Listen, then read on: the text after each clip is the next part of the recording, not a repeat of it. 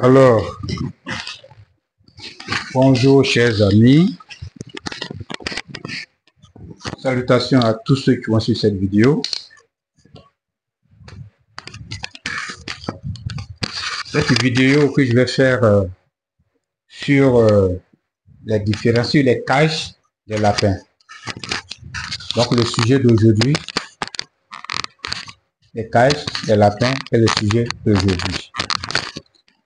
Certains ne savent pas faire la différence entre une cage mère, une cage d'engraissement et une cage un mâle reproducteur.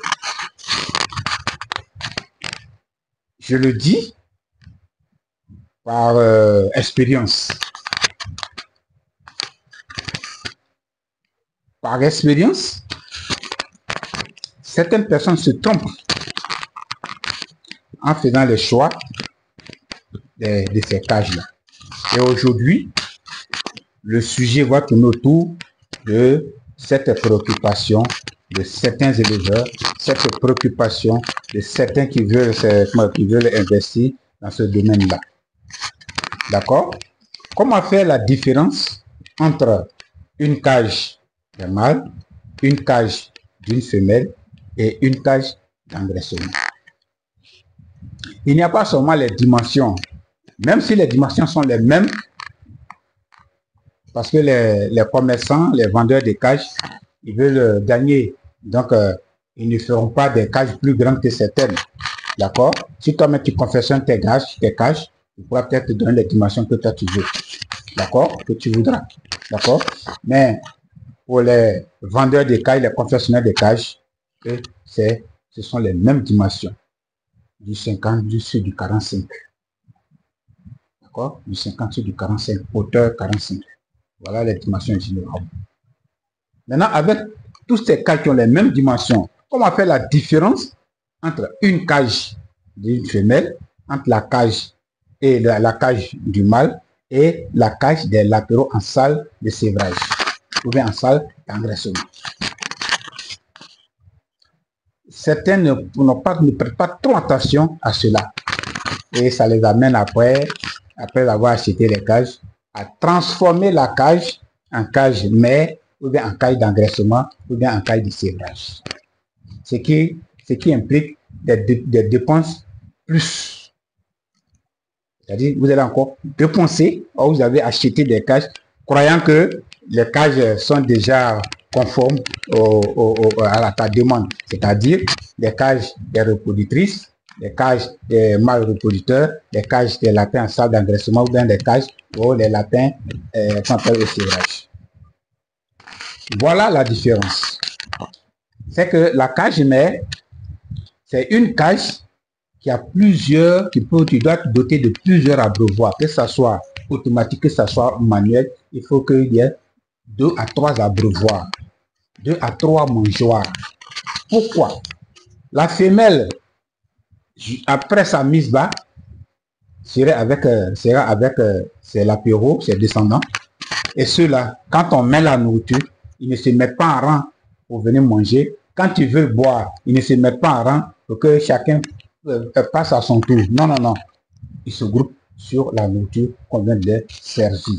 Donc, si le mangeoire, s'il n'y a pas assez de mangeoire, il faut qu'il y ait un mangeoire long et grand pour que tous puissent venir se servir en même temps. D'accord? Quand ce n'est pas le cas, c'est que ça n'arrange pas.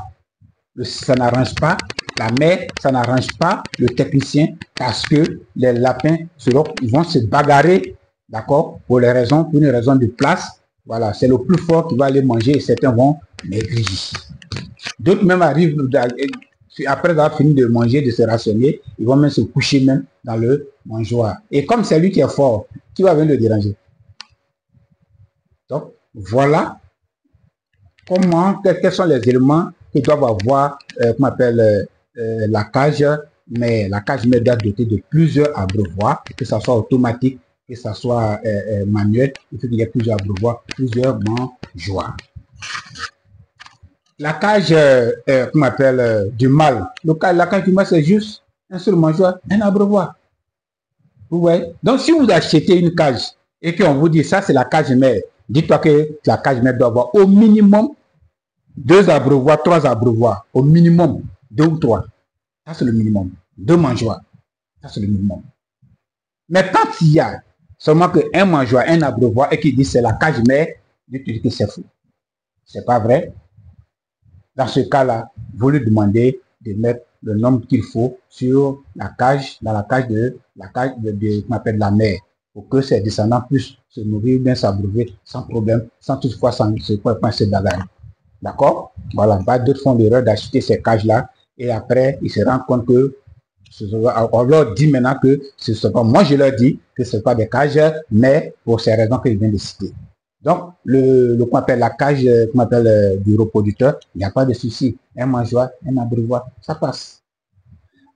La cage de sévrage. La cage de sévrage, c'est une cage aussi qui est dotée de plusieurs mangeoires et plusieurs abreuvoirs. Parce qu'ils sont nombreux dans cette salle-là. Si bien que ils doivent chacun doit aller se servir. Il peut être 2, 3, 4, 5 lapéros, 6 lapéros aller se servir. On ne se met pas à rang, ils ne se mettent pas à rang pour que chacun à son tour pas manger ou bien chacun ne peut pas s'abreuver.